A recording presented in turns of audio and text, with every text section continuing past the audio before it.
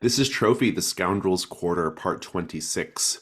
We are playing the Trophy Dark Incursion, the Plantation, and we are kicking off with Ring 3. Decadence, Decayed. The big house of the Plantation is a Baroque monstrosity of neoclassical architecture fallen to ruin and disrepair.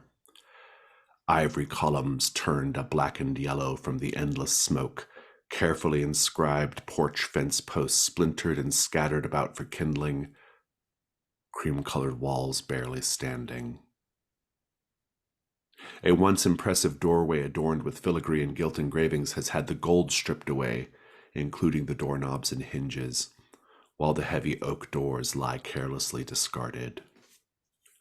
It is nighttime by the time you approach the house, and I did note last time that you saw a lantern in one of the upper floor windows, so the house is not empty.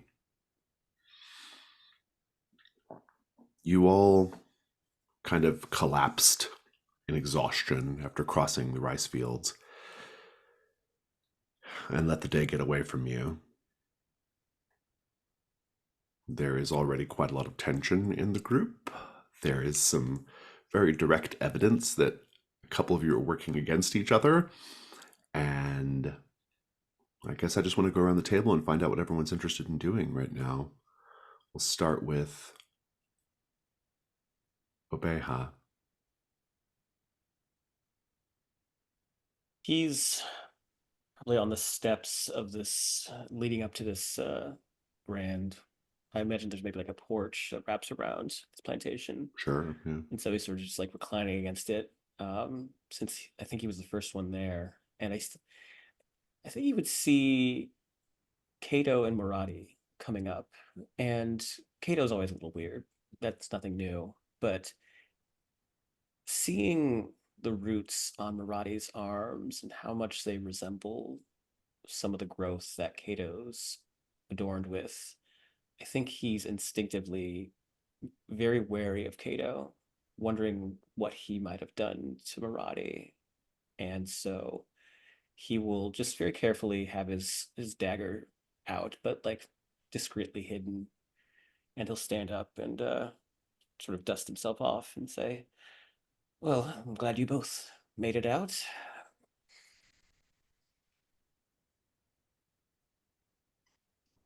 I see Yes, you've made it as well.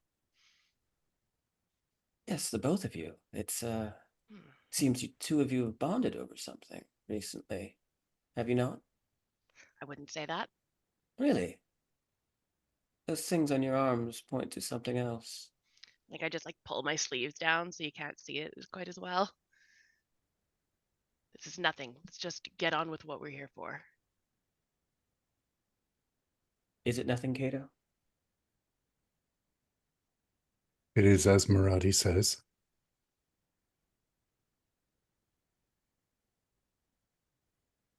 Like the two of you came out of the blackened fog of the best of friends. Brothers, I wouldn't say that either. But Cato would.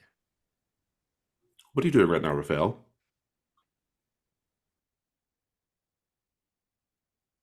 I think I'm carefully sizing up this simmering tension in the group. Also very suspicious of Cato, and I'll let them bicker for a little while, and then looking up at the house. Well, are we here for business, or are you three going to keep arguing? We're not arguing, just light banter. Now you're arguing with me, I see. Anyway, are we going to do what we came here to do? Of course. You did see the light in the window, however. Did you not?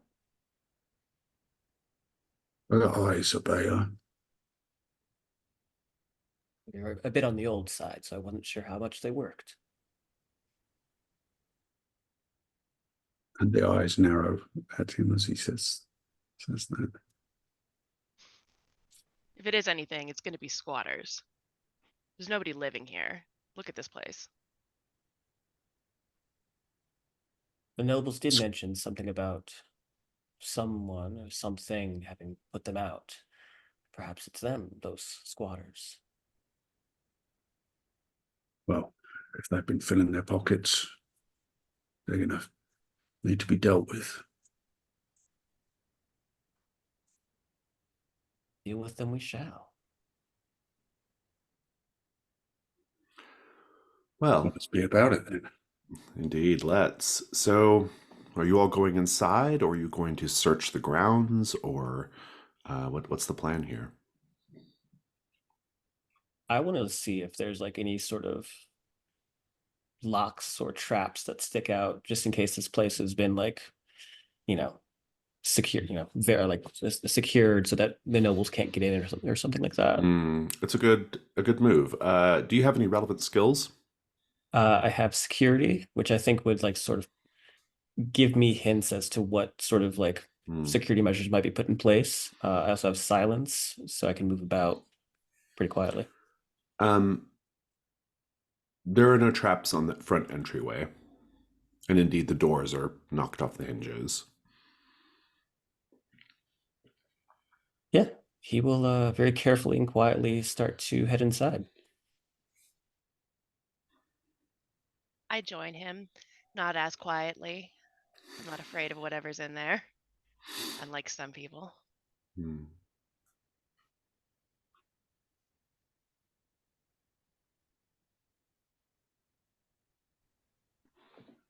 Kato? Raphael? I'm thinking, I'm trying to find a way I can work a reduction roll in here.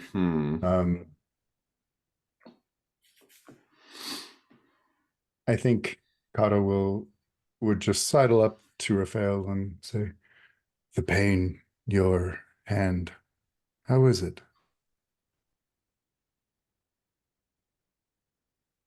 Because you had your finger snacked upon. Well, I've taken a few nicks in my time. This might be the worst of them, but I'll survive.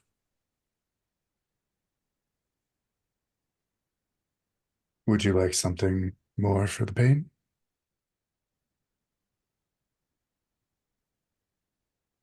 What are you offering me? I don't need anything that's going to take the edge off. Willow bark is famed for its analgesic properties. It's not going to be sleepy though, right? It depends how much you take. Situation like this, I need every bit of alertness. I'll deal with the pain for now, Kato. Well, I'm If we interested about fish. this. Kato, what was the willow bark going to do? What was the treachery there? I'm hoping to plant a seed. Oh, you can maybe do that just while you're examining his hand, right? Make the reduction roll. A 2. Interesting indeed.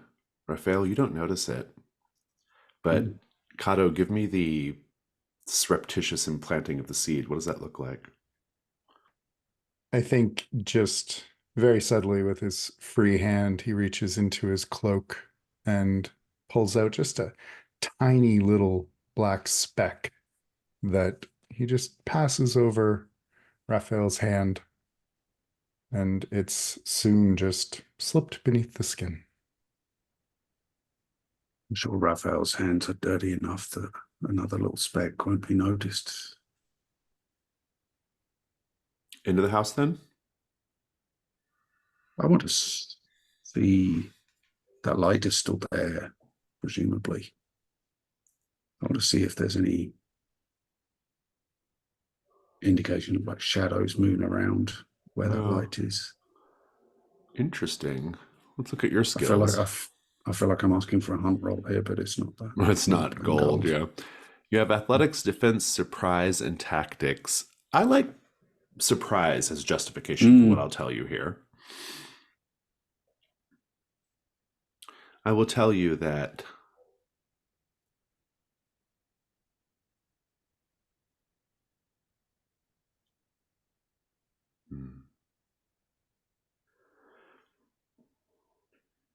you will see that the lantern is no longer in the window, but it has been covered by a cloth and is being carried to different rooms in the upper floor, as if the person up there is trying to hide their presence, but they still need the lantern to see.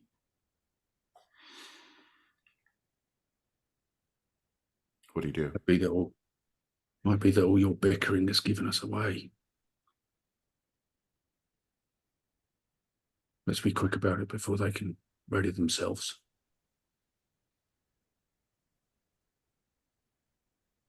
They won't be ready. What makes you say that? You are very skilled.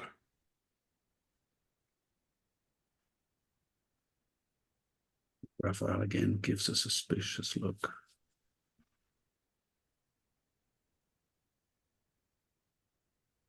Powder will just stare back at him, just blank faced. Are you guys still outside? Sounds like they're still like on the porch. On our way in. Yeah. I would like to. I mean, if it's dark in here, they might not be able to see me. I would like to stamp on the floorboards since this place is kind of dilapidated, and bust open the floorboards in front of the door so when they walk in, they fall into this. Oh no! Oh, yes. I love it. I love it. That's really good. Make a reduction roll. I assume that's what that was in aid of. Sure is. 4. Or you go unnoticed. Kato, Raphael, who's in first? Probably me. Raphael, you step into beyond the threshold of the entryway and you feel the boards giving underneath. You hear the split. They are getting ready to drop you down somewhere. I think this is going to be the risk roll to avoid this. I'd like to hear the table's thoughts on what could go wrong if Raphael fails. He'll Could I become a meal. attempt? Oh. Could I attempt an entangle ritual to stop Raphael's fall? I think you can do a help with that. Yeah, I think that would be okay.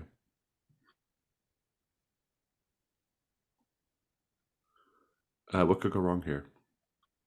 I was going to say that he becomes a meal for whatever's living beneath the house. I think you might break your leg. I think he might break his neck.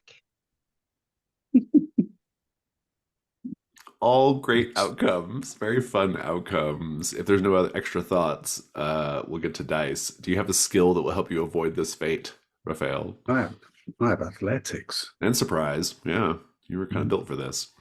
You have 1 light die. And Devil's Bargains. Who wants to make an offer?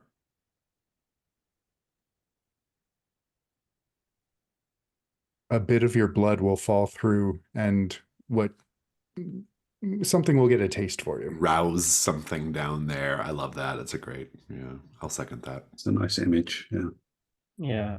Yeah. Just for variety, but that's really good. Yeah, I think you break your leg.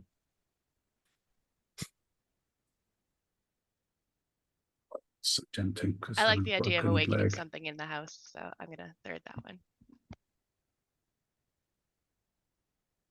I'm really tempted to be limping around on a broken leg, but I think I'll go with Ben's. You have 2 light, I think 1 dark, because this is dangerous to your body, And if you end up needing a help roll from Kato, we can talk about that. But let's see how this first roll goes. 5 light. 5 light. The complication is the thing that you rouse, you have to deal with it right now. If you don't want to do that, you can try to get help from Kato. Since there is a dark die, Kato, you can make a help roll if you wish. Yeah, let's see how the help goes. All right. Bear in mind, though, if you get a 4, your ruin goes up. You got a 4. Your own ruin goes up, and it does not help. Oh yeah, this is not good. I have an idea for what's happening here. I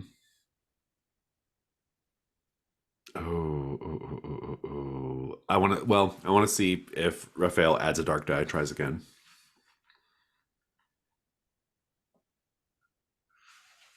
You know what? I'm going to do it. Okay. Probably going to regret this. 3 dark. That made it worse. Oh, you did. And you have to stop. Oh, what a bummer. Wow. What a bummer. I think I'm going to keep this really straightforward and just have both of you fall down, if that's okay. I think, and then maybe Kato, you just hit really hard, and your ruin goes up. Raphael, your ruin does not actually go up, weirdly, but you do break your leg.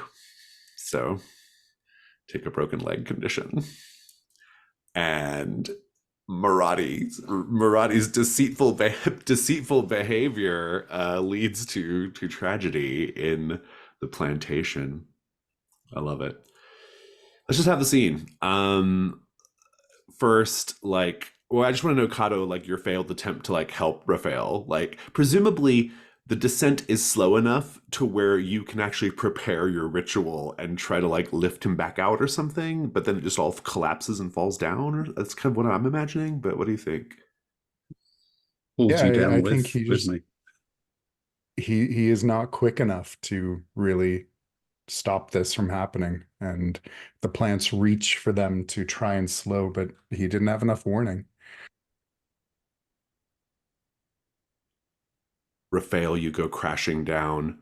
Kato, you get pulled down as well. Kato, I think you just you land on a wooden beam, and it just rings you, your head is ringing. Raphael, you hear the snap of a bone as you go down and collapse. Marati, Obeha, what are the two of you doing? I know none of this because I snuck ahead. So Okay, so Obeha, you're deeper in the house. That sounds good. Yeah. Marati, are you also deeper in the house? Did you just kind of move on? Yeah, I think after I broke the floorboards, I think I shuffled around to some dark corner to follow some dark corridor so that, if they don't fall or if they do get out, I like it. they don't know it's me. Well, let's talk about the interior of the house then, not below the first floor. Inside the shell of the building, you observe remnants of a once opulent mansion, picked over like a vulture picks over a corpse. The chandeliers have been emptied of gemstones, the silverware has been stripped of silver, and anything of value has been torn away by the root. The grounds inside or the floors are littered with despoiled skeletons, flensed of flesh, drained of blood, and bones cracked for marrow. Still more bodies are trussed up as if for slaughter, suspended from ropes lashed to rafters or nailed across door frames. Both of you please make ruin rolls.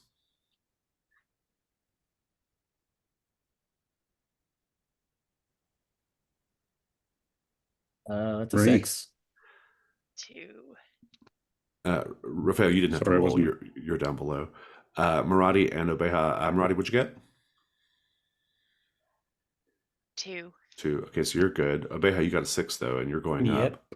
What does that put you at now? 5. 5. Is this now the first time you're entitled to reduction rolls? It is. Indeed.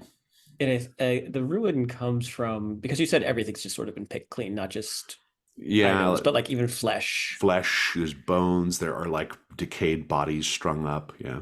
Yeah. So for him, it's he's clearly very hungry, not for just treasure, but for the taste of meat. And the fact that there's nothing here is disparaging to him. It's like he feels almost as if he feels a hopelessness almost that it might be a waste of time to even be here, that he's here for no reason. But I think he remembers the lantern in the window, and so there's got to be someone here.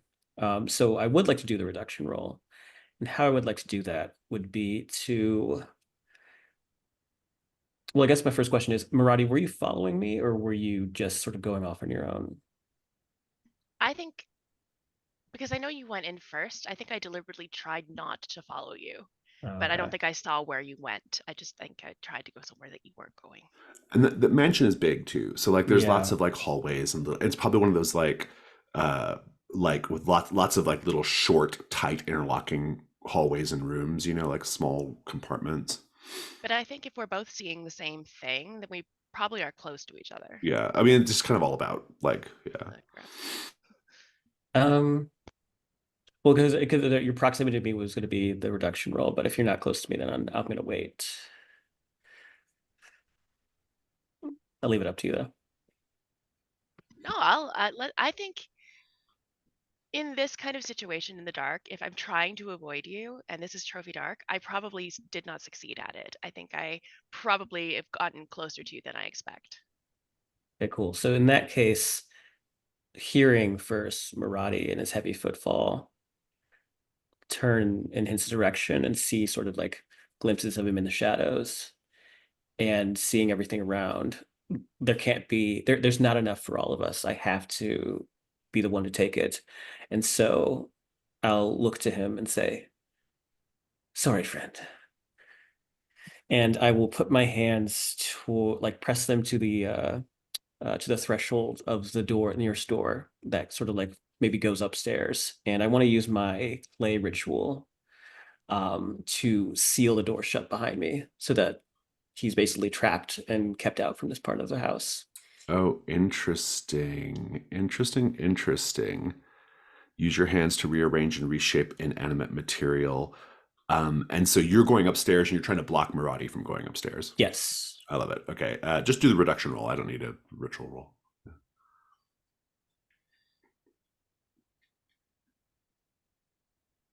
What'd The you get? one. Maradi, you turn a corner and you don't know where Obeha went, and you just see a smooth clay wall. What do you do? I swore I heard him, but clearly there's nothing here. And I think I'm just going to put my hand to the wall, like if you were walking in a labyrinth, and follow the wall along because I can't imagine there's anything else. It's a wall. I don't think there's anything behind it. There's got to be a doorway or something. So I think I'm just going to go find the next doorway. Yeah. Obeha, I'm curious about the ritual. What does it look like if we rewind a little bit? What's happening there? So it's really just him sort of like rubbing his hands and putting them against the surface. And we can see like the wood itself start to splinter. Um, and he sort of pulls it away from himself. And like as he retreats, the splintered wood sort of starts to connect like sinew, and this sort of like arcane clay starts to fill up, almost like that the kind of like a construction foam, the way that it sort of just expands until it finally becomes flush with the rest of the surface.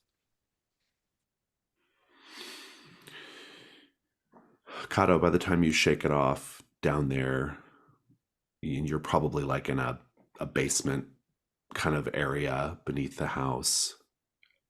It seems it's like partially finished. Like it's like there are like timbers and stuff down there and beams, but it's also like kind of roughly hewn, you know, earthen walls, and it's perfectly dark. I think you can just hear Raphael screaming as he clutches his broken leg. You long ago lost the element of surprise here. such as it was when the floor collapsed, probably when Maradi was was trapping the floor, but also Raphael's screaming doesn't help. What do you do, Kato? I think he'll move toward the sound of Raphael and say, "Quiet, quiet. The pain will fade soon. Soon you won't mind." I actually think this would be a really terrific opportunity to talk about the Caligulus Grove's effects on both Raphael and Maradi. Because Maradi, you can feel it starting to worm its way all over your body. You can feel it getting in you. I want the risk roll here. How do you resist?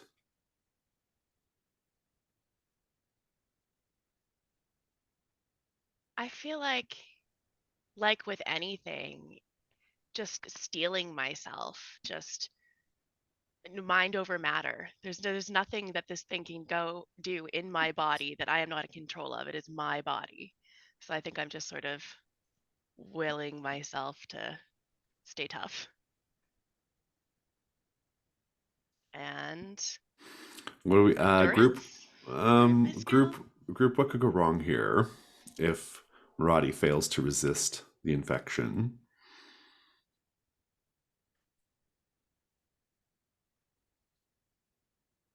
Roots come out of the bottom of your feet and plant you where you're standing, so you can't move. That would Thank suck. you. Go ahead. I think you start to hear the whispering of all of the plants that have infiltrated this place, and you are going to be distracted.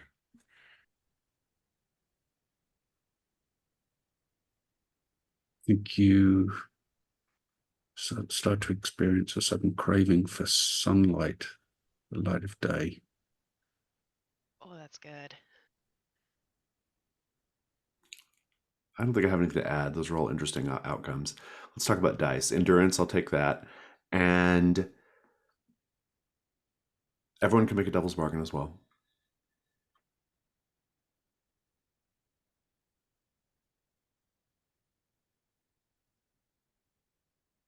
No matter what, your eyes fall out and are replaced by some sort of plant growth.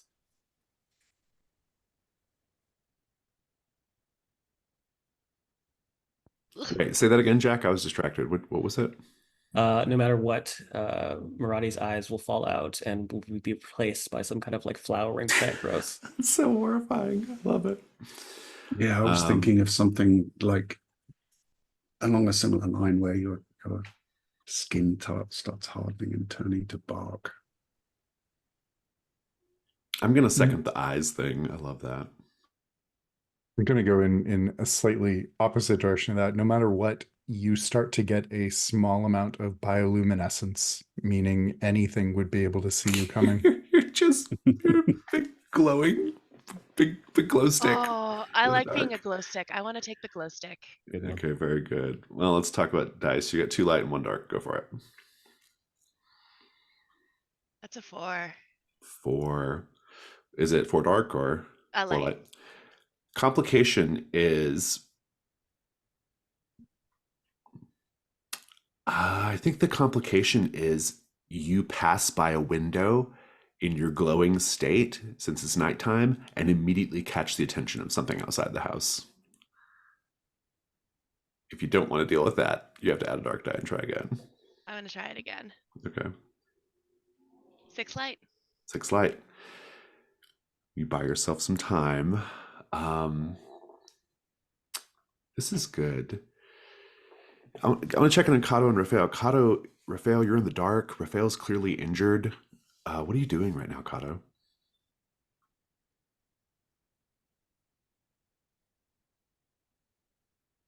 This place was unfinished, but perhaps it was used for something, maybe storage. Maybe there's something here to help get Raphael up on his foot. Something to be used as a crutch, perhaps. You'll have to feel around in the dark, but that's possible, yeah. What are you doing, Raphael, besides screaming in pain? Anything? Caro, where are you?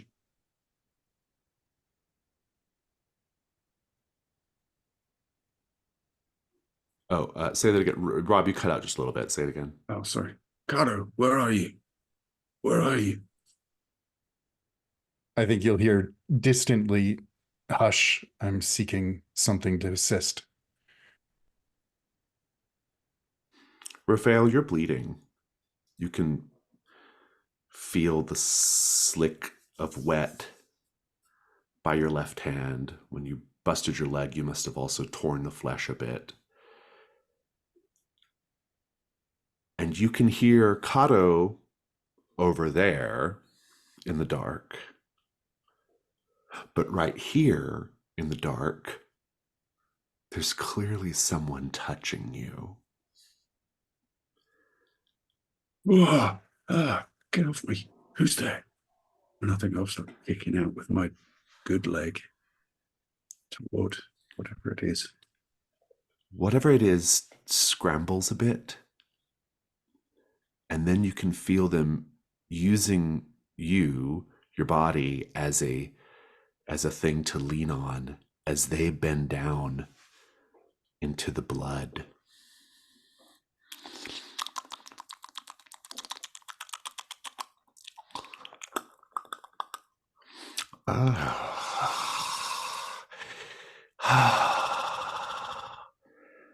Oh, it's been so long. I thought they'd forgotten me. I thought they'd forgotten to bring something down to Grandpa. But here we are. There we are. Good. Good. Peasant blood. Get off me. But it will do. Get off me. Get off me.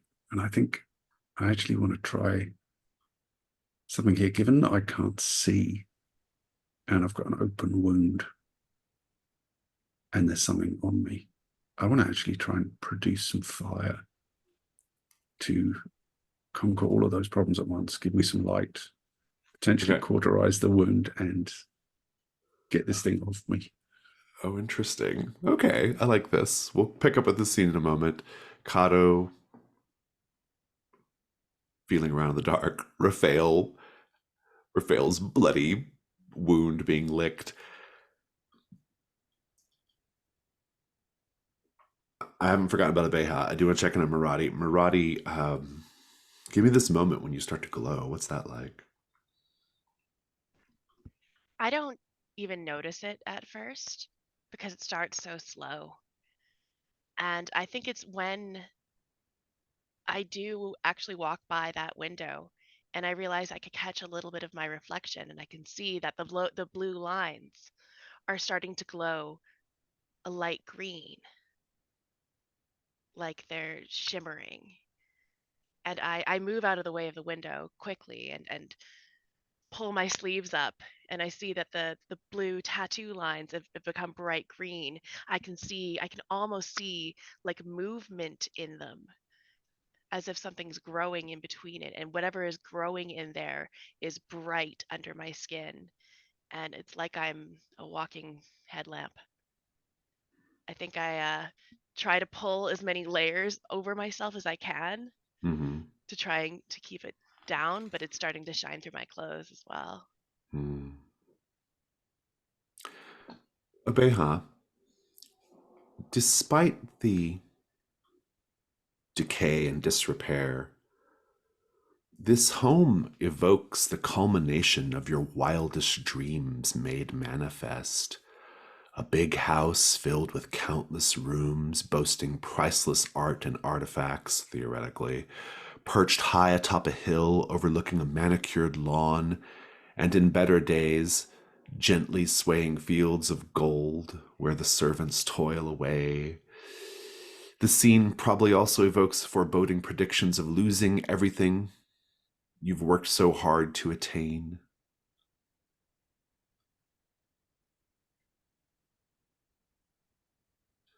We know are a seeker. We know you wish to win the heart of the heir apparent of Nagana.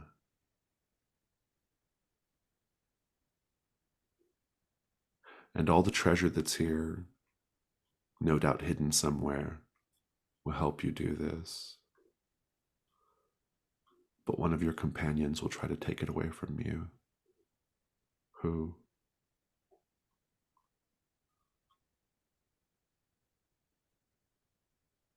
Gonna be Kato. Why do you think that? He's seen the seeds that he's been planting, both metaphorical and physical. He's seen what he's done to Maradi and will no doubt do to Raphael when he encounters him. And he's suspicious. He's suspicious of everyone, but especially of Kato, who doesn't have the same sort of very human passion for this that he and his other companions have. He's cold and alien to him.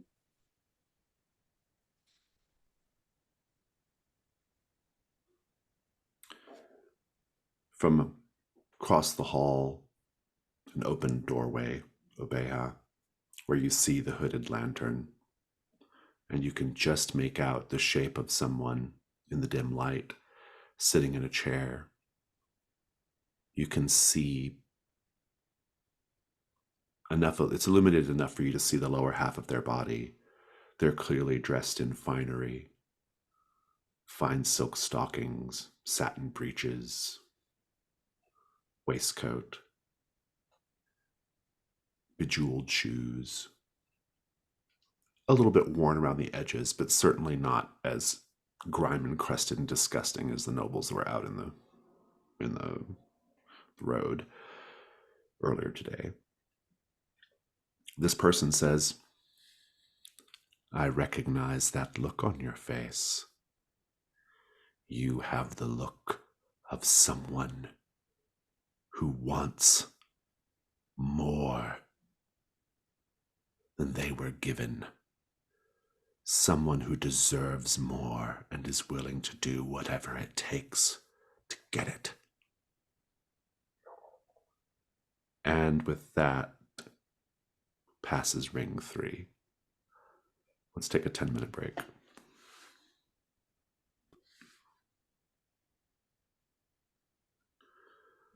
Ring 4. The deep night falls swiftly as you search the ruins of the manor. Or perhaps deal with more pressing issues. No matter where you're at in the house, above or below,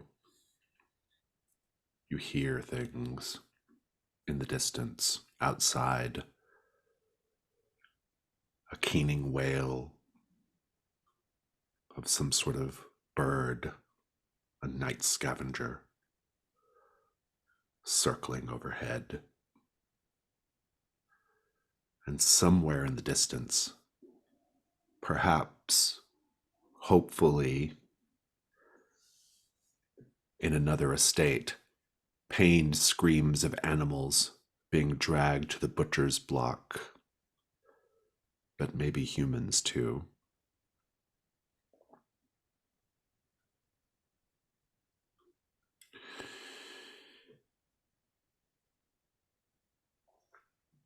There's not much illumination, Maradi, except for you.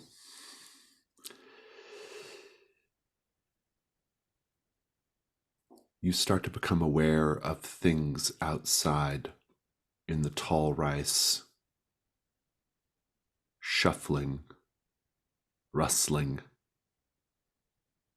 snorting sounds, and coming from all over and getting closer. What do you do?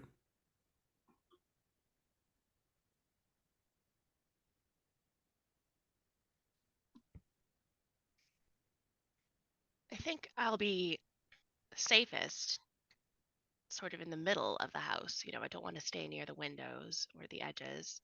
I'd want to try and find my way upstairs, obviously. Upstairs is even safer. So I think I'm going to, I think I said I had a hammer. I'm going to use my hammer and smash open a hole in the ceiling and climb up. Oh, interesting. I'm going to use my fault ritual in order to do that. Ah, very well. That'll be a risk roll. We'll come to that in a moment. Raphael, you said you were going to use your ritual, which is, what's it called again? Kindle. Produce fire from yourself to maybe cauterize the wound, illuminate the space, and possibly get this person off of you. I think this is great. Jack, what could go wrong here? I think your blood becomes sort of combustible, and you just sort of blow both yourself and this creature up. Good start. Yes, I burned down the entire house. You just explode. This is pretty good. I like it. Let's talk about dice. I don't think any of your skills are particularly helpful here. I would struggle to make a Yeah, good case there. It would be pretty hard. But maybe you can accept a devil's bargain from someone. Everybody can make an offer.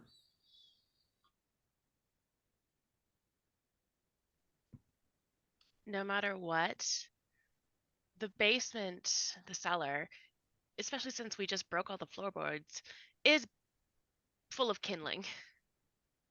So the basement catches on fire. Fantastic. No matter what, when you light the fire, it illuminates the person's face, and you realize that they are a relative of your betrothed. Oh, that's intriguing. Can't top that. I think that no matter what, you set this person who's slavering over you on fire.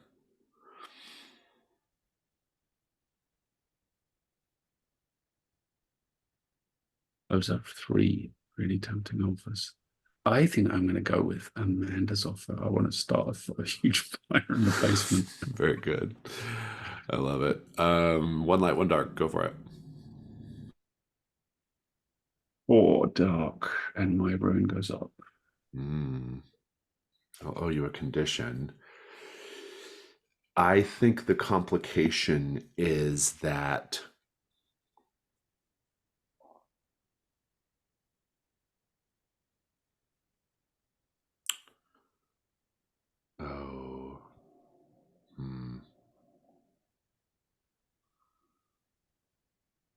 I think the complication is going to be that the seed that's been implanted in you and that is rapidly growing inside of you, I think that it instinctively realizes the danger of what's going on, and it will try to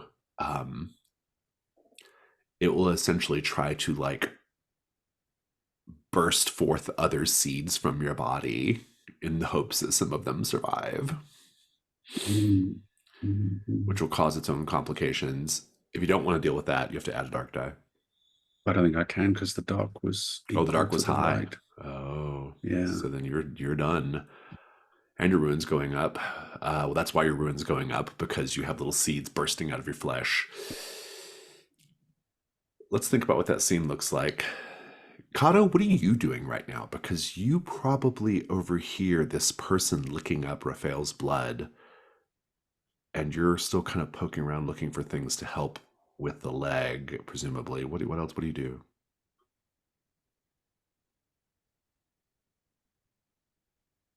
I think he's going to realize that if Raphael is in danger like this, and Maradi in an unknown state, one of the three of them must survive to leave this place. So he's going to try and find a way out for himself. Yeah, that makes sense to me. We'll pick up with that in a minute. Obehab, there's this person sitting in this chair talking to you from the adjoining room. They're kind of like sitting, like staring out the doorway into the hall that you're in. What do you do?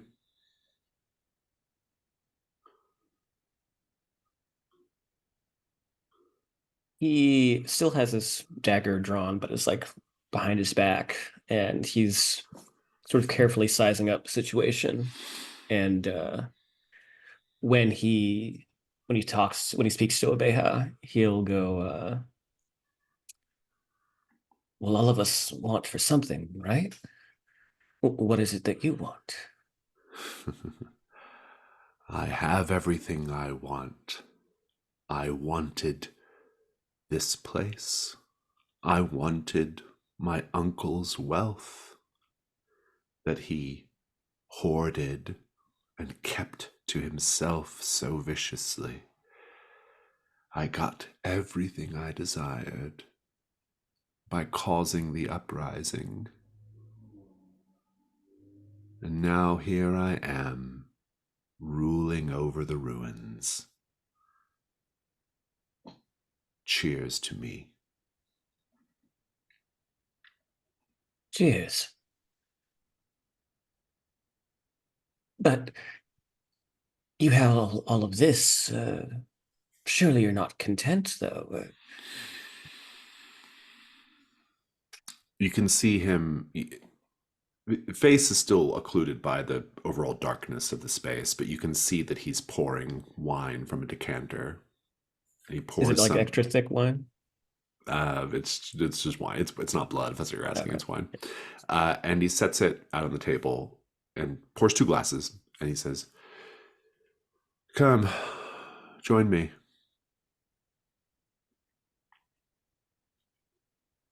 He'll very cautiously step inside, but he's definitely wanting to try and get like a look at his face before he sits down. If you get closer, you can see enough of his face in the light. I would say it's an attractive face, relatively young, a little dirty, but fine features. Slim, well built. You don't bear the gore that the nobles out front do. Do you not have their same hunger? I care nothing for what my uncle and his hangers-on get up to. I am the victor. They are the poor, desperate losers. All of this is mine now. And I want to celebrate with someone. Sit. He'll sit. By the look of you, you hold some menial position in life. You could say that. Well, then you should consider my hospitality a great honor. He doesn't say anything. I think he just bites his tongue. Figuratively, not literally. Literally. Probably best to clarify Yeah. in this setting, right? Sweet tongue. And he says, "So, have you come to plunder this place? Take all the artwork and the silver? I think there's still some crystals on the chandeliers." Yes. Yes, I have. Just like all those ungrateful wretches, I gave them the power to unshackle themselves, and instead of giving me all that was my due, they took it for themselves, leaving me here in this room to look after myself, which has been a complete nightmare, let me assure you. Yes. Noblemen such as yourself do have a difficult time of looking after yourself. But you always account for other people to do it for you. Yes, I've had to go through quite a lot of traumatic learning as of late, Yes, I'm sure bathing yourself is quite the task. Unfortunately, there's no one to bring up the water, so that's been a bit of trouble. Poor thing. So, I don't think either of us are going to survive the night. Oh, why is that? And he points out at the window. And here's where you will hear, and if you look out, will see these large, hulking figures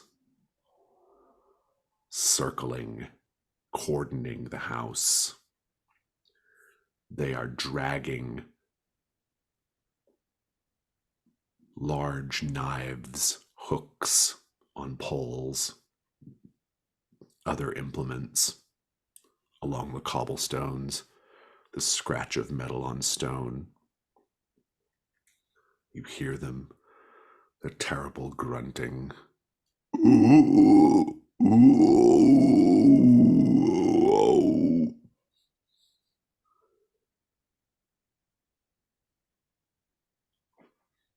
Meanwhile, Raphael,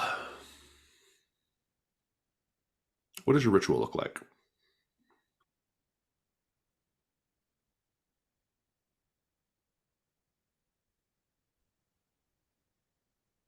I think Raphael is lying there with this thing on top of him and his bleeding leg, and it's almost just like his hands grasp, that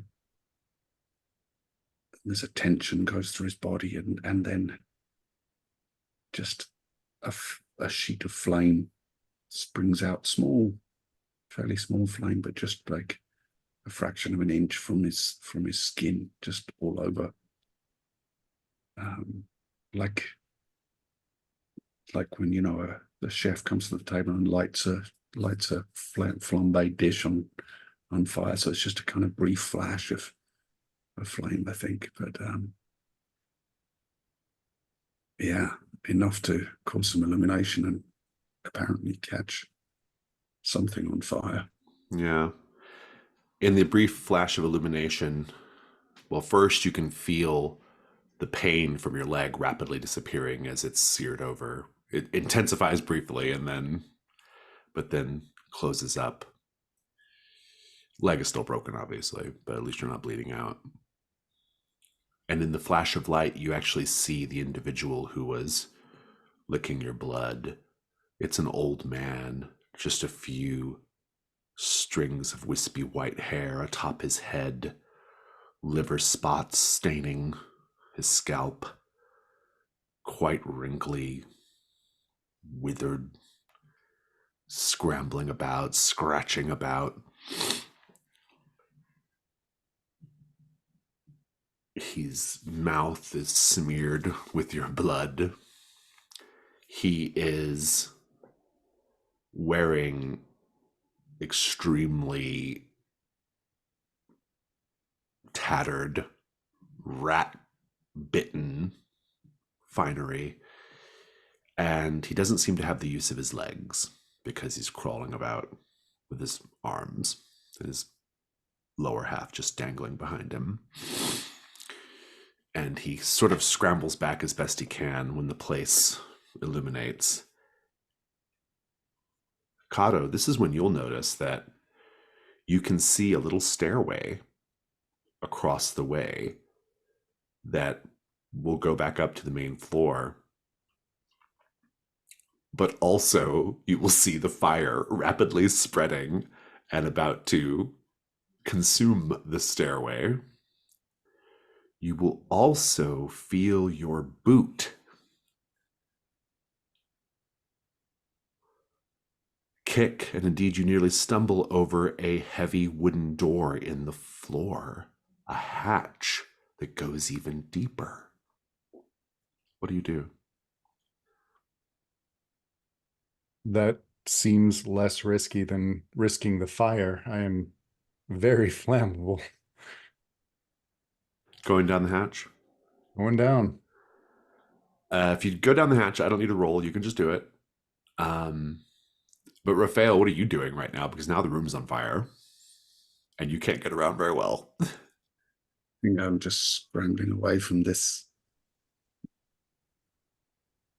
old wizened man and just shrieking, get off me, get off me, get off me. And then trying to, so the stairs are blocked off. I can't go that way. Well, I guess I didn't really see them. Well, no, you can see them because there's like a trail of fire. They're catching on fire presently. You can try to get up them, but of course it's going to be really tough because your leg is broken. I think I've still got to try. I'm in a desperate spot. It's going to be a risk roll. We'll come back to that in a bit. Maradi, you're in the house, in the center of the house, trying to put your back against a wall, not be near the windows, trying to cover your illuminated self up as best you're able to. Whatever these things are that are circling the house, at least one of them has come inside. You can hear its very, very heavy footfalls on the wood floors. Thump, thump, thump.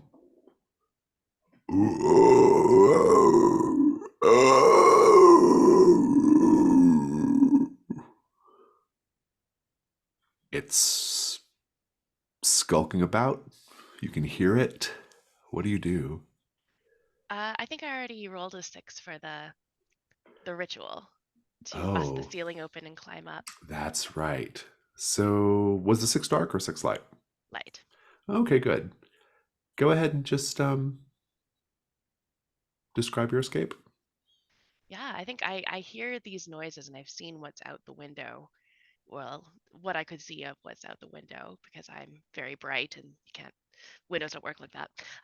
But I think I take my hammer, and when my hand clenches around it, you could see the wood of the hammer handle sort of meshing in with my skin a little bit. You can see little tendrils of plant and bark growing out of my hand and wrapping around the handle of the hammer as well. You can see little streaks of bioluminescent green reaching its way up into the hammer head. And I just raise up my arm. I'm very tall, luckily, and I smash once on the ceiling. It's not terribly quiet, but it does the job. The ceiling fractures into little pieces, and the plaster and the wood sprinkle down, snow down onto the floor below, and there's a perfectly Maradi shaped hole or sized hole for me to climb up into. Obeha, your little conversation with this young nobleman will get interrupted when you hear this, like the floor smashing. And he just says calmly, "Oh, it seems they've found a way to get up here." What are they? Oh, they are a manifestation of our greed. They are our terrible, insatiable hunger for flesh and wealth, made into flesh itself, stalking about. They are the vengeance of the animals we used to truss up and display on our festive tables. Take your pick. Is there a safe route out of here? No, of course not. I have chosen this night to die, and you are going to die with me. Bloody hell, I am. And I'm gonna take up the decanter of wine and just try to like smack him in the face with it. You can do that. Yeah. That'll give you enough room to just run away if that's what you're going to do. I think he's I mean, he's a younger, sort of impulsive and angry type. I think it's not him trying to run away. It's just him venting frustration at what looks like a very hopeless situation. So I think he just doesn't hit once. He hits twice, a third time, and just repeatedly until he's not moving. Maradi, you'll hear all that What do you do? Am I in the same room? You Can now I you're see probably them? no, but it wouldn't be hard to get where they're at and see it though. Especially if Obeha's lingering and beating the shit out of this guy. Yeah, I think I actually want to go to the door of the room where I hear this noise from, and I would like to break the door handle so that they can't easily be opened. Are you gonna trap them inside there? Yeah. I like it. Make a reduction roll.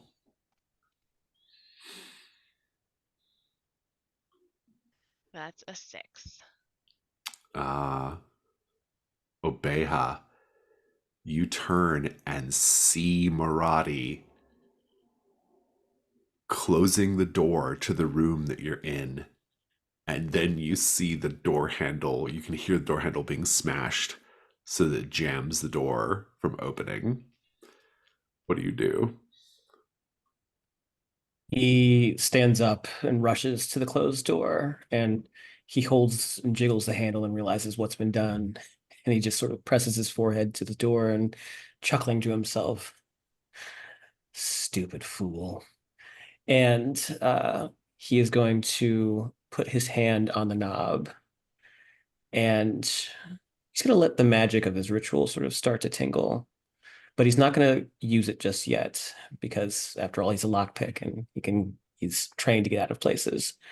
But I think he's tasting the blood on his mouth again, and he looks down at the sort of burst open skull of this nobleman, and he's still very hungry. And despite the threats that are coming across into the house, the smell is just so inviting. So he's going to spend a little bit of time having a bit of a midnight snack. Great. I love it. Maradi, these creatures found the stairs. They have managed to bust through Obeha's clay facade, and you see a trio of them lumbering up. They are like this big hulking pig creatures. Please make a ruin roll.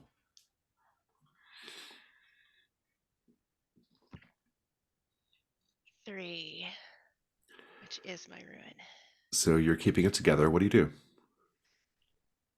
Well, this is a big house. I'm just going to go in a different direction of the stairs. I'm gonna try and find a room to hide out in. Maybe there'll be something in there worth taking. Maybe I'll Yeah, get lucky. I like it. Raphael, Kato, you go down. The hatched doorway reveals a rickety, splintered staircase leading further downwards into a very warm, sweet-smelling sub-basement. Do you continue? Absolutely. As you make your way down, you see that the walls and the floor are coated with thick, dark crimson. There is light from the fire, and there's also light from down below that illuminate well enough for you to see this. Thick, dark crimson dripping from a ceiling with arched rafters, vaguely reminiscent of a giant's rib cage. Huge, rope-like maggots, the length and thickness of a man's forearm, wriggle and writhe across the floor. The maggots, or whatever they are under your own skin, writhe in response. Fly-choked, flayed skins are suspended from the rib-like rafters, conjuring images of some obscene laundry. I would like a ruin roll, please. 3. So I'm okay. You're okay. Do you press forward? Yes, I think there's a good deal of curiosity in Kato about this. This wasn't what he expected under this house. As you reach the bottom and the center of this room, you see the source of the increasingly unbearable heat. A greasy fire pit belching forth billows of black soot. Atop the fire pit are dozens of overturned cast iron cookpots and cauldrons, each overflowing with rivulets of molten gold. Molten gold.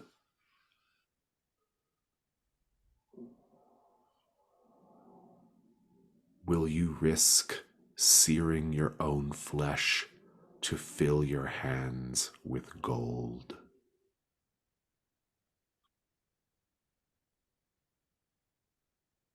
Yes. Raphael, you're trying to escape up. This is going to be a risk roll, really hard risk roll. I think the complications are pretty straightforward. You burn up. Yeah. And not in the magic way. In the burned up forever, charred to a crisp way. Do you have a skill that will help you? Not athletics, even despite the broken legs. Use your obviously arms, hampering me. right? Yeah, that's good. Yeah. I like that. Okay. Everybody can make a devil's bargain.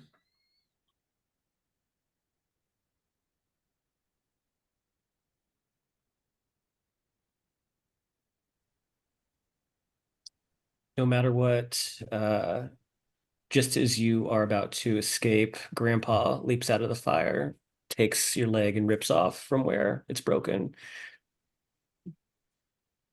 Yeah.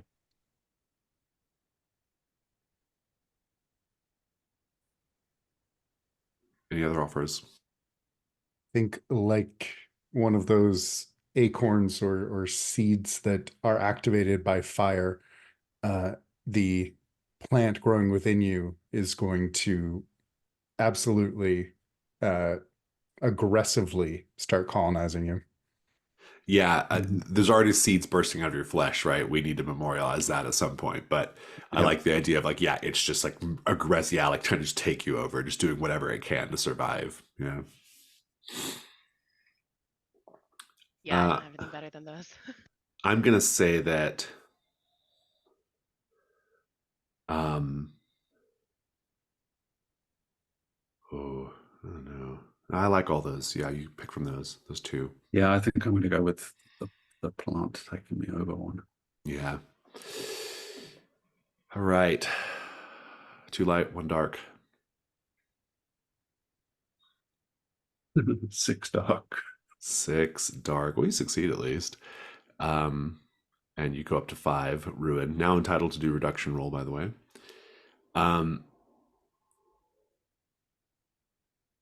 This is great. We end ring 4 with all of this going on. Let's take a 10-minute break and see how this is gonna end. Ring 5. The promises of the Queen.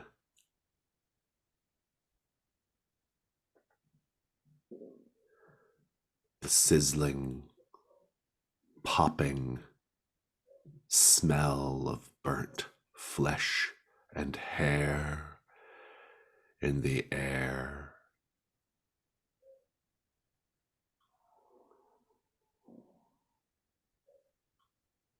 Maradi,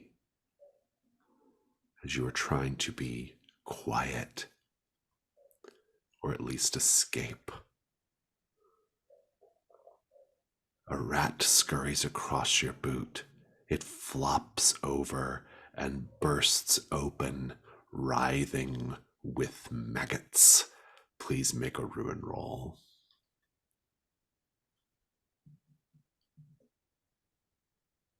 I got a 4, so my ruin is going up.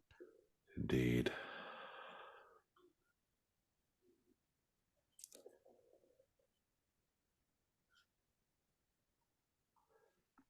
Rotting animals,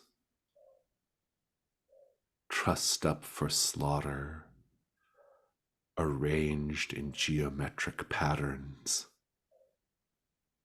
You see that, Raphael, as you desperately clamber up the stairs into some sort of processing room on this floor. Make a ruin roll.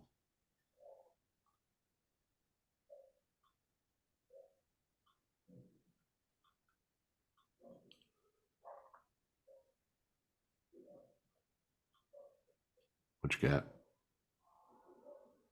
You're muted. Sorry, I got a 6. You got a 6. Which puts me at 6 ruin. It does. And given what we know about your character's devil's bargains from last time, go ahead and just give us the scene. Please describe your character's escape, but end. I think Amidst Raphael. these animals arranged in weird ritualistic patterns. I think Raphael crawls up the stairs just inches ahead of the flames.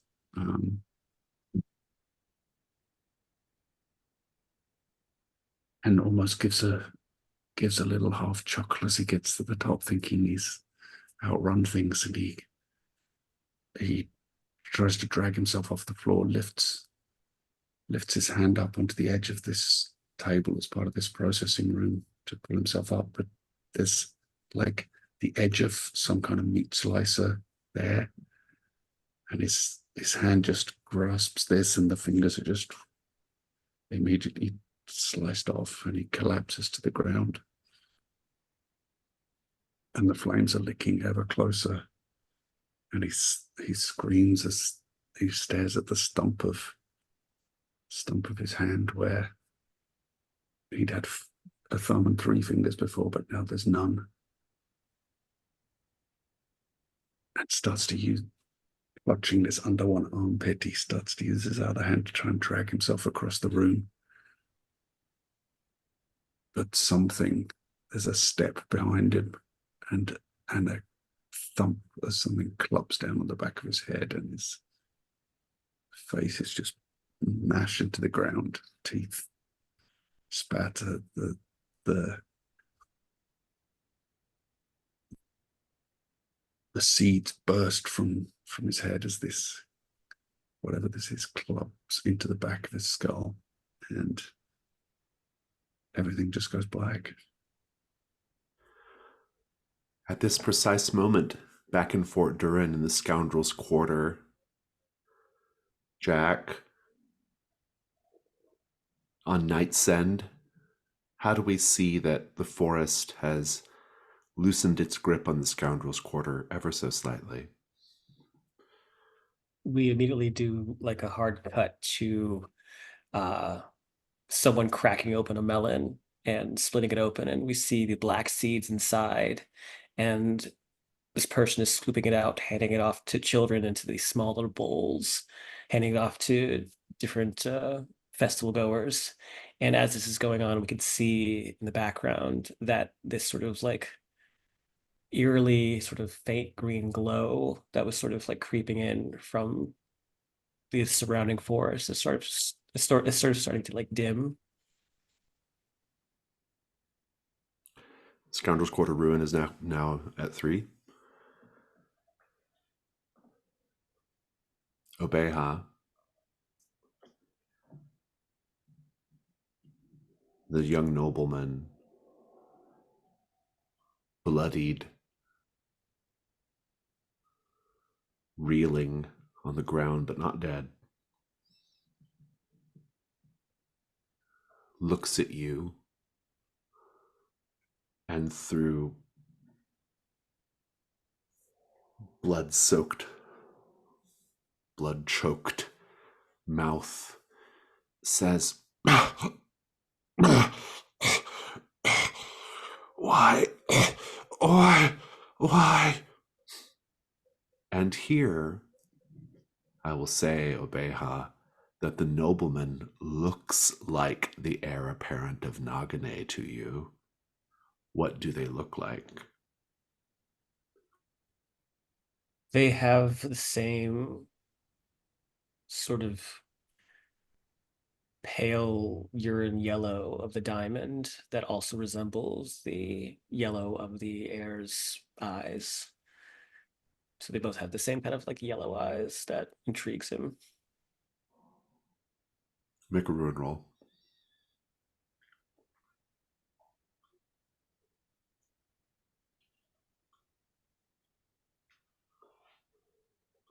Four. 4. So you stay at 4. What do you do? As he rolls over onto his back, Obeha just sort of like puts a leg on each side of him and crouches down onto his chest and says, "You said it yourself. You were going to die tonight." And he just lowers himself and he sinks his teeth into the nobleman's bottom lip and begins to tear it from his jaw. In a Make sort of another bloody kiss. make another ruin roll. Would it be a run roll? Because I'm eating him, and I'm in. I like the raw meat. Yeah, but it just represents you possibly getting Oh, okay, got it. losing yourself, right? Yeah.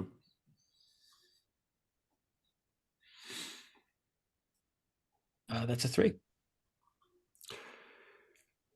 Maradi, you can see one of these large pig men has made it to the top of the landing.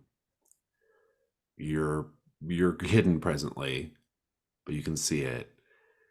It's sort of in between you and the room where Obeha and the nobleman are. What do you do?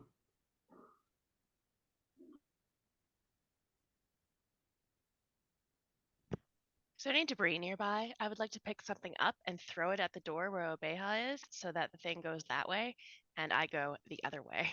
Make a reduction roll.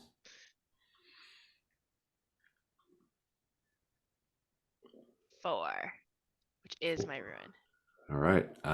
So if this was less than your current rate, it is not. So, Obeha, your little romantic feast is interrupted because something is thrown up against the door, and you can almost bet this is Maradi, given that he's already tried to like lock you in here. But then you hear like heavy snuffling and breathing. Bum, bum, bum, bum. And then the door just smashes down, smashes, crashes. You see this hulking pig man with a giant rust or possibly blood crusted cleaver. Make a ruin roll.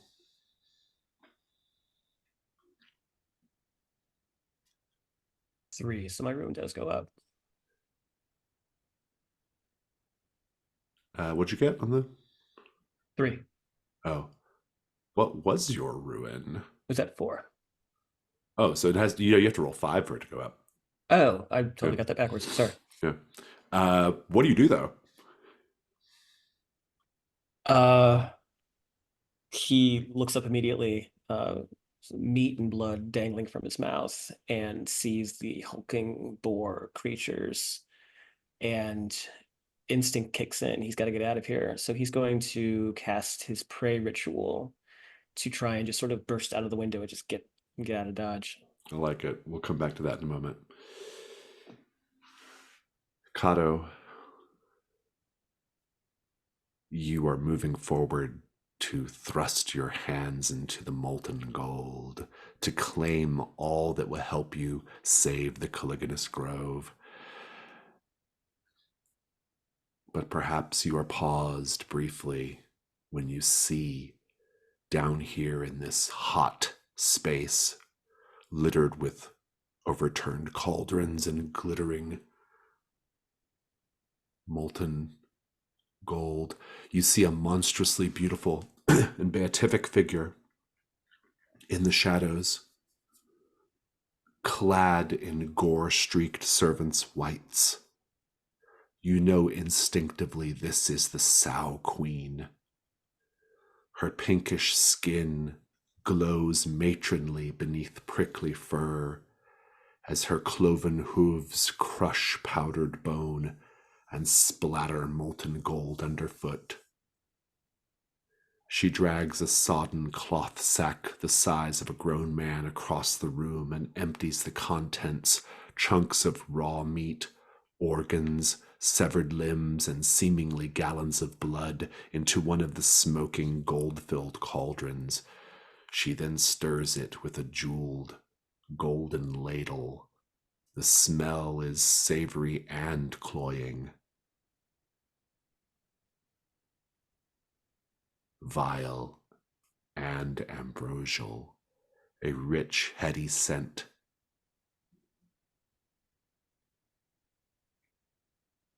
That perhaps unlocks something in you. Make a ruin roll. 2. So I'm good. What do you do? I think seeing this and smelling the smoke above, and I think knowing instinctually that Raphael is dead, his seeds are burned. He'll watch the Sow Queen for a moment, and then he'll say, I could free you from your hunger. Despite the fact that she has the head of a pig, though not a... She wears it almost more like a mask rather than it being her natural head. But despite her horrific appearance, she speaks with a beautiful melodic voice. And she says, don't be foolish. I'm the one who's here to free you.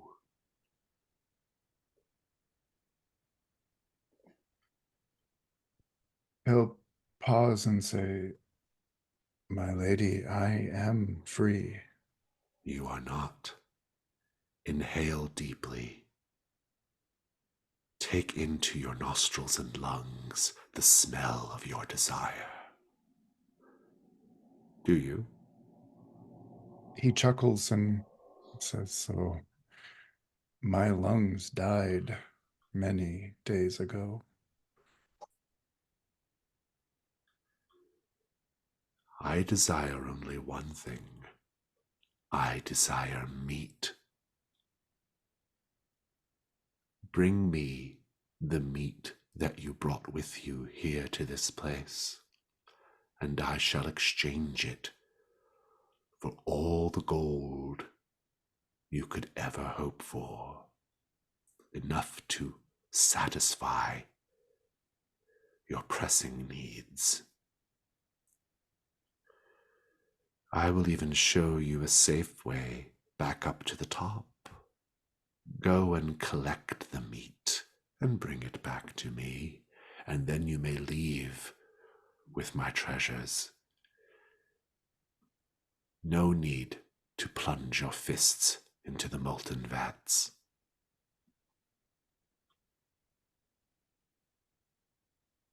He'll go very still for, I think, just long enough that it's uncomfortable. And then he'll nod and say, show me.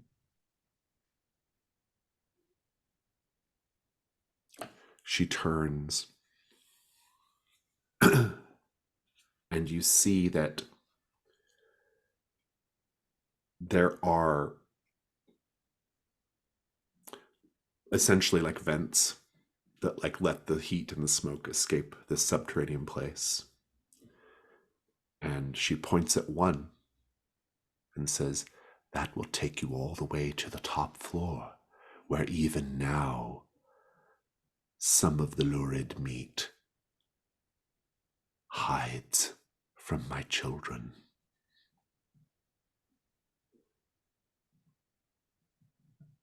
I will bring them. She goes back to stirring the meat and gold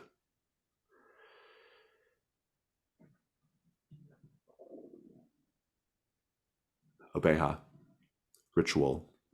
Pray.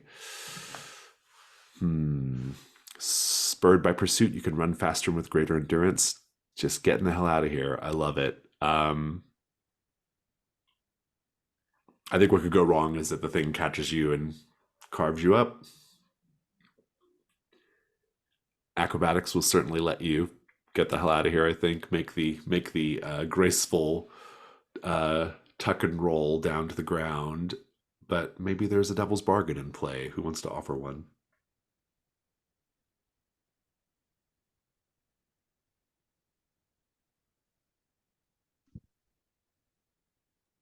No matter Something, what, please go ahead. I was going to say, no matter what, something still outside sees you and takes note. No matter what, on your way out, you see something that is irresistible.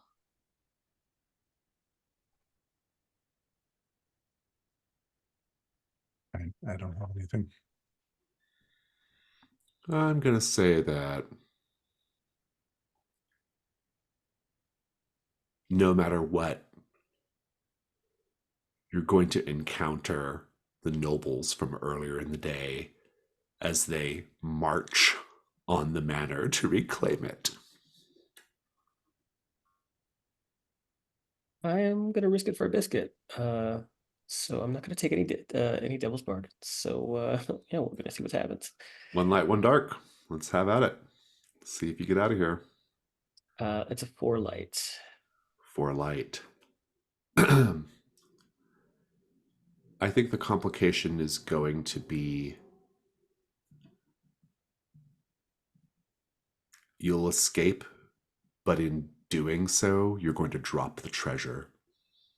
Can I add a dark die? You can.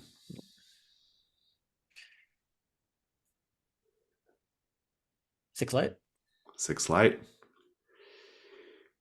Go ahead and just narrate your escape from the house, and you're moving into epilogue. Still crouched over the body of the noble. This boar man staring him down. Obeha whispers something to himself and shuts his eyes, and we could see his body start to like vibrate and flex and spasm, and it's almost as if like his muscles are starting to pop beneath his skin, like in agitation and anticipation. And he looks at the window, sees it, reaches into the gaping wound of the nobleman's face and just sort of tears out the tongue, snack for later, and just barrels out of the window. He falls to the ground, sort of rolling, tucking and rolling as he does. And he sees the nobles who are still sort of drunk on the blood from earlier and the meat, sort of like starting to stir and wake, but he has no time for them. He's taken what he wants, and he just starts off across the plantation fields into the forest around and out of sight. Be thinking of your epilogue. I think we have to end this with a contest roll of some sort, right? Presumably between Kato and Marathi. I mean, I'm going to fast forward a little bit. Kato, you will be able to essentially come up into the room Marathi is in through a sort of a vent shaft that kind of opens up into the room. And Marathi, you're there, perhaps listening to the struggle in the other room. And let's just pick up the scene right there. Brother, How did you get up here? I have ways.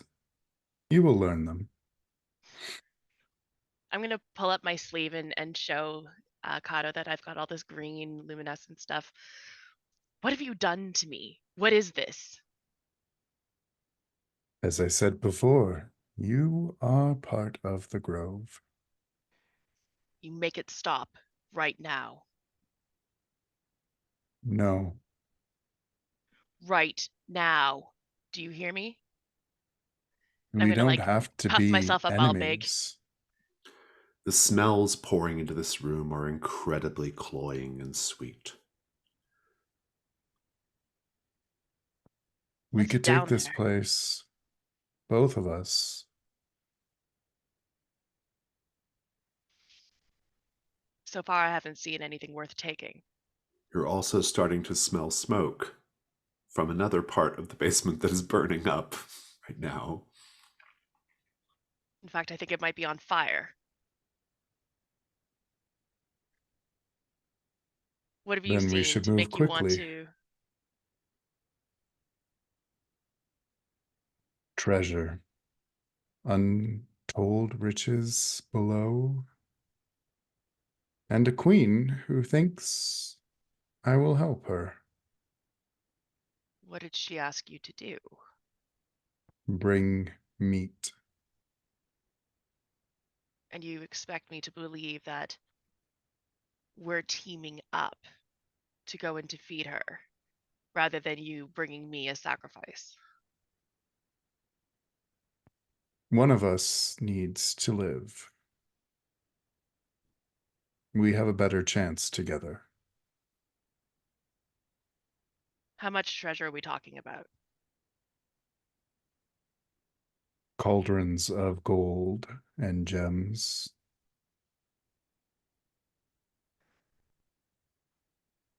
All right. But I'm watching Good. you. Soon you won't need to. You will feel me as sure as you feel your own hand. I'm just going to ignore that. Are you both going down into the shaft then? Oh, yes. Yep. Once you get to the bottom of the shaft, Kato, what are you doing? I'm going to let Maradi go first. Oh, interesting.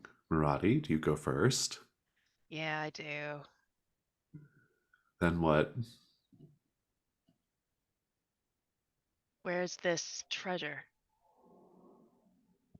Your nose. You can smell it, the metal, the gold. I take a big whiff.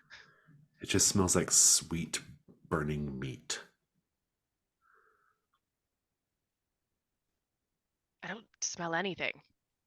Are you sure you were going the right way? Yes, very sure.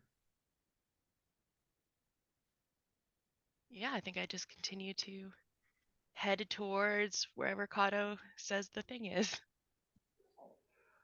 I think you were going to be grabbed by the queen, and I think that a reduction roll is going to determine whether you notice that or not. Kato, make a reduction roll. A2. You too. Maradi, you're going to walk right into it. Oh. You Sure. step right into what is essentially, you just see looming quite suddenly out of the darkness this pig-headed woman wearing a long white apron, brandishing a scalding ladle, and she just brings it down and attempts to jam it into your gullet. What do? You said that I've been grabbed? Like She physically, kind of, or? yeah, she kind of like comes out, grabs you, and is trying to jam Got the you. ladle down into you. Yeah, I would like to use my ritual brimstone to grow scorching hot to the touch so that I can escape her grasp. Kato, what are you doing? I'm going to try and entangle Maradi to keep him still. This is the contest roll then. Let's see how this is going to go. The stakes are, does Maradi escape or not? I think that's just about the sum of it. Reading the rules of the roll, just to be reminded of how it goes. When you act against each other, compete, or want to inflict harm on each other, first agree what's at stake. You gather 1 light die if your occupation or background gives you an advantage. You get 1 light die even if multiple skills would apply. Kato, you have... I don't know if any of your skills help here, Kato, do they? Plants. Since I'm using Entangle, hoping for plants. Yeah, plants, you can have that. Maradi, what about you? Well, I have reformed thug in my background. I'm pretty tough. I can fight off. Yeah, I'll take it. plants. Yeah, I'll take it. Endurance, yeah, weapons, intimidate. Yeah, I think it Yeah. generally works. You both have a light die. You get 1 light die for each mark of ruin, so that puts you at 4 Maradi and 5 Kato.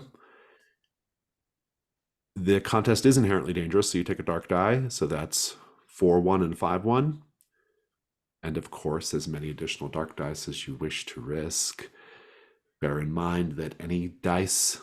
Any dark dice that come up. Well, basically, you're going to count 6s, then 5s and 4s to see who wins. For each dark die that comes up a 1, your ruin goes up by 1 as well. Once you have your dice locked into the die roller, say so. I'm ready. Yep. Let's roll it up.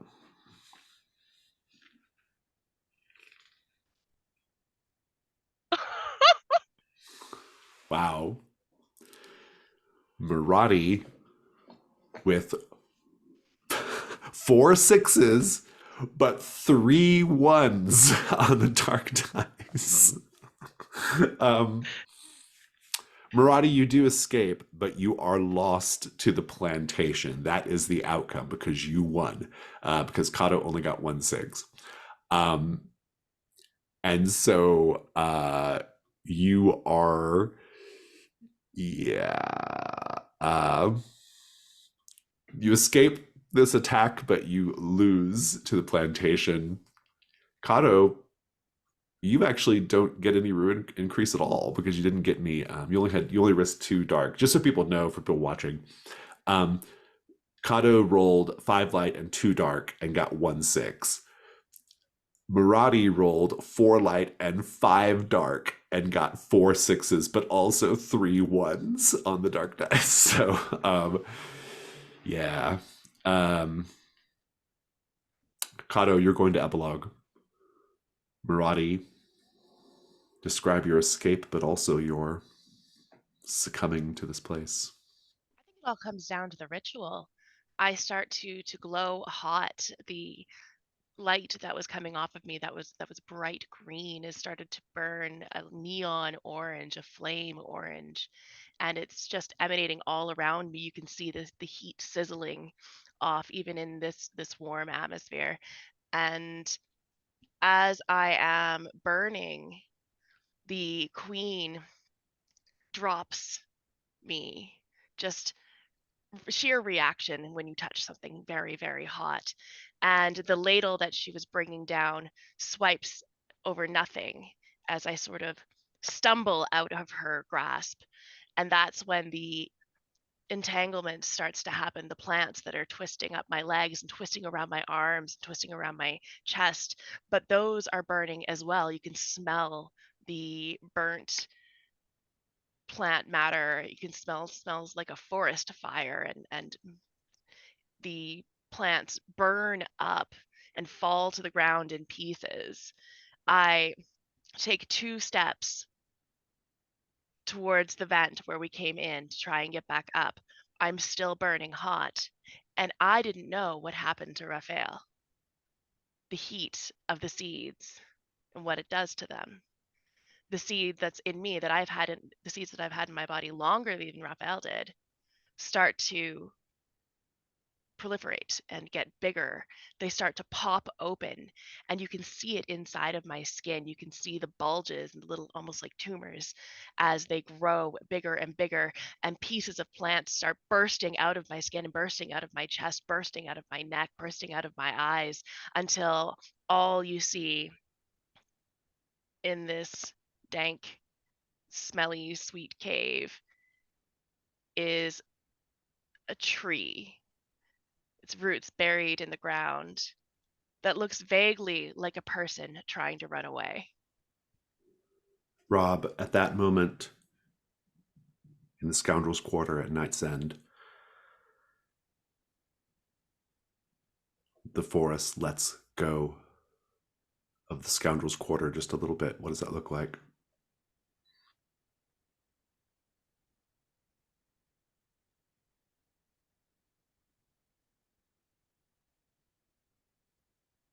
I think we see one tree on the edge of the forest where it's encroaching upon the town. And it looks like a kind of gnarled and twisted, creepy looking tree. In fact, in certain lights, you could easily mistake it for a figure. But right now, the sun breaks through clouds above and catches that same tree. And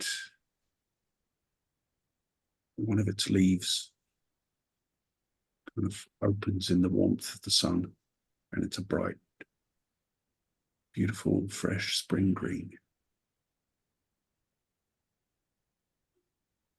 So passes ring 5.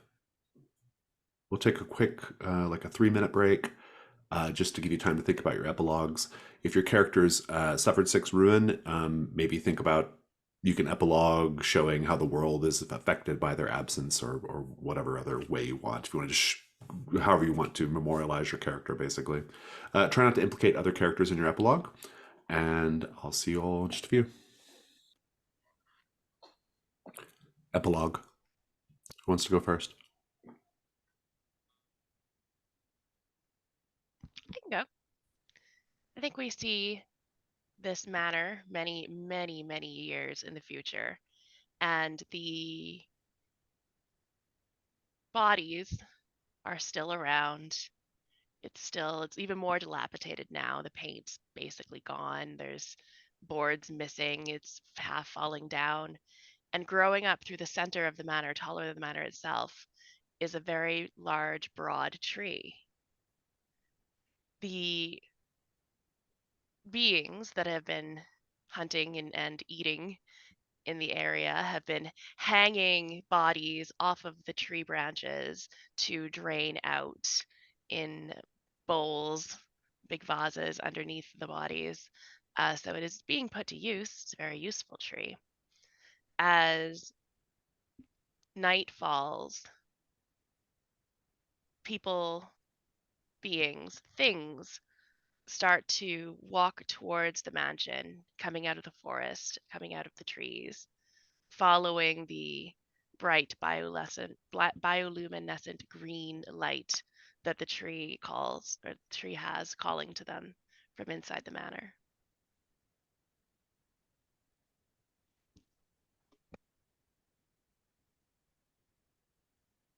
Somewhere many leagues away from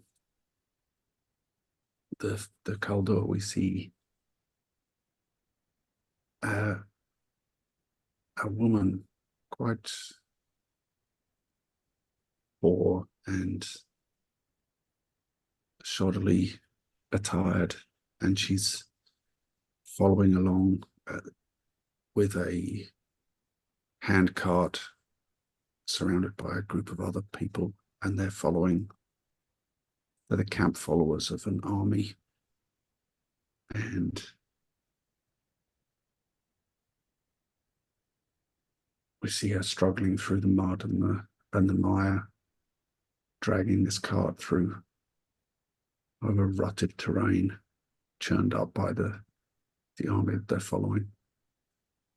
And as she's walking, her mind turns with a shudder to the man she once knew, who had promised to get her out of this life. But there was something about him that she never trusted. And there's a big part of her that's glad he never came back for her.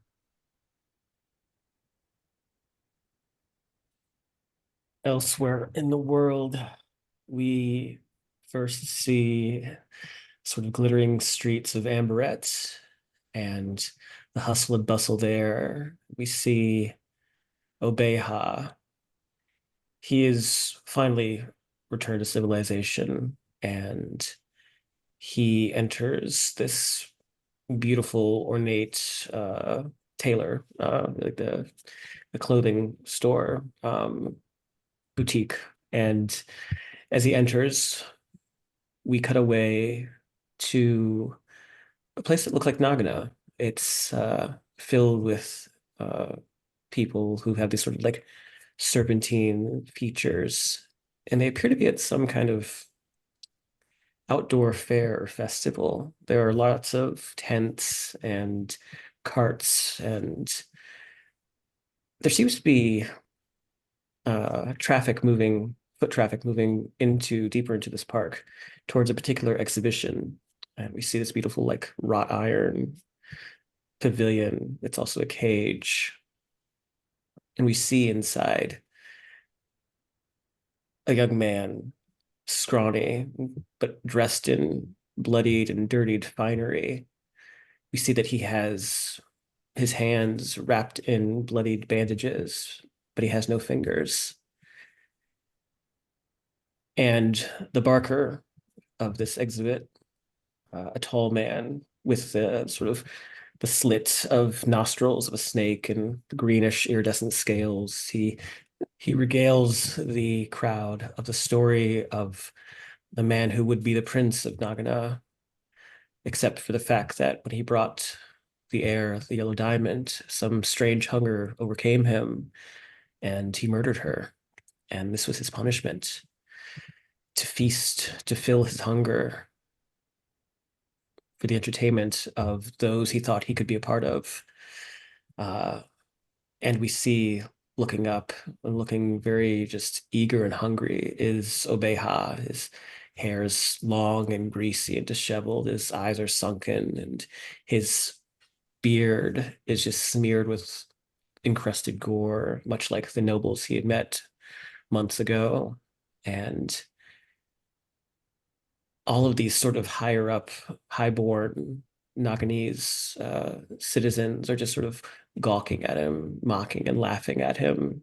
And he realizes that he was never going to be a part of the upper crust of the well-to-do, because this is his spot. He is always going to be dirt.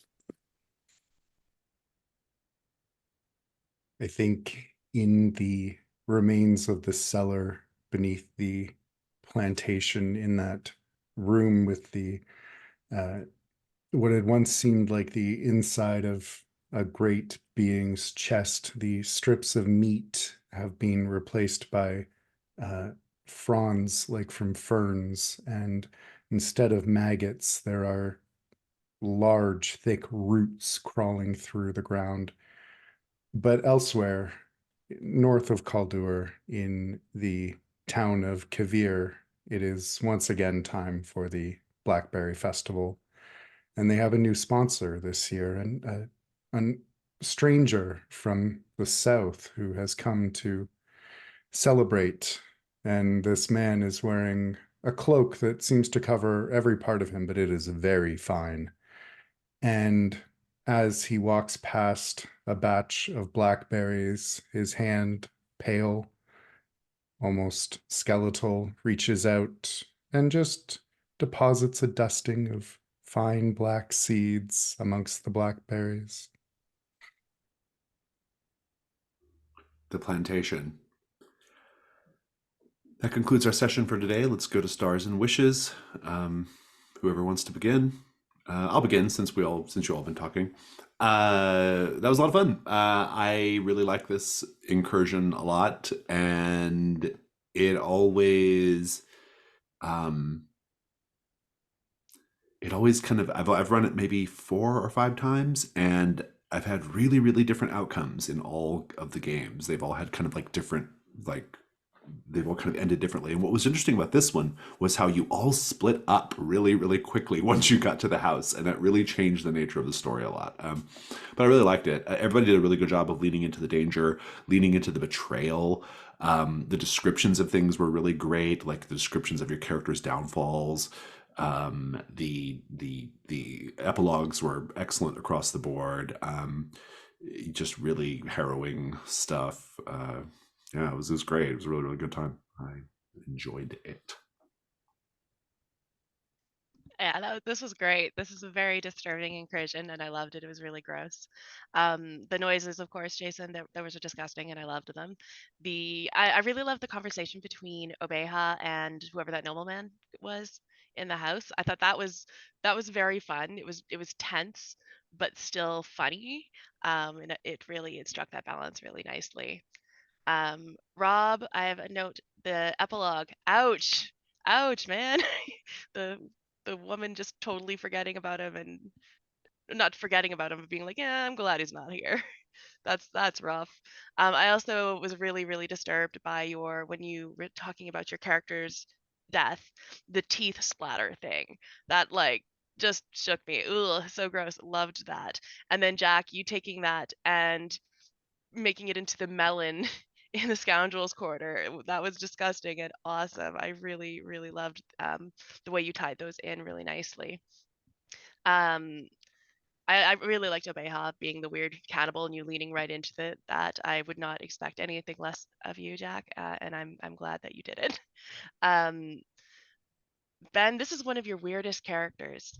I really liked Kato. He was weird and very right off the bat, you couldn't trust him and you played into that really beautifully. I loved that you took the deal with the pig queen and also the part right before where you were going to put your hands in the gold, just like really going for it was a lot of fun. The final betrayal was excellent. I mean, obviously we knew it was going to happen, but poor Maradi is dumb and did not really the blinding of the treasure got to his brain. So that was a really great betrayal, and I think it worked out really really fun. So yeah, good session all around. I'm excited to see you know what we'll be doing next. Yeah, this was super I've gross. Go on. I've just got a couple of quick things I wanted to throw out. I really enjoyed, like, apart from what Amanda's mentioned, I thought Abea's epilogue in particular was really I could really picture that with him kind of standing there just bedraggled and mocked. And I love the idea of he got so close to his drive, but then that cannibal condition overwhelmed him. I'm gonna make a pitch for, I think we should see more of Cardo sometime. I really liked him, and he is obviously out there in the world up to something. And yeah, he was a fascinating character to kind of just think about what he was so different to the other three in a really fun way. And yeah, nice contest role, good fun all around, very gross. Really had a good time leaning into that. Not enough good things to say. Yeah, like I said before, it's just super gross but super fun. Yeah, I mean, a lot of it's already been called out, but other things that I thought were really fun. Jason, your little homage to Grandpa from Texas Chainsaw with the with finding Raphael, that was just, and like the slurping, and like there's just something so upsetting about doing that to someone alive and who they can experience it, but it's just like feels even more gross. Yeah, just a second, like wanting to say, and also is a wish, but kind of like a combined star wish, but like Kato was so kind of sinister in this really alien way. Like it's not like necessarily like evil or malevolent. It's just like, it's almost like survival. And so yeah, I would totally be down for encountering him in our like either in our gold game or another dark incursion or something. I don't know. But yeah, he was really cool. And I really liked everyone's epilogues. Like they all felt like a very good sort of like ending to this sort of movie that we were in. Amanda's years was very sort of like helping to remind us how squalid and horrible this place was, and then Raphael's just sort of like his betrothed just casting him off because it was for her, it's for the best. It's very kind of like heartbreaking, but also very realistic and upsetting. And then of course Kata with the blackberries, and I love the little like callback to Kavir. That was really smart. um yeah, no, I had a really good time, and yeah, No notes.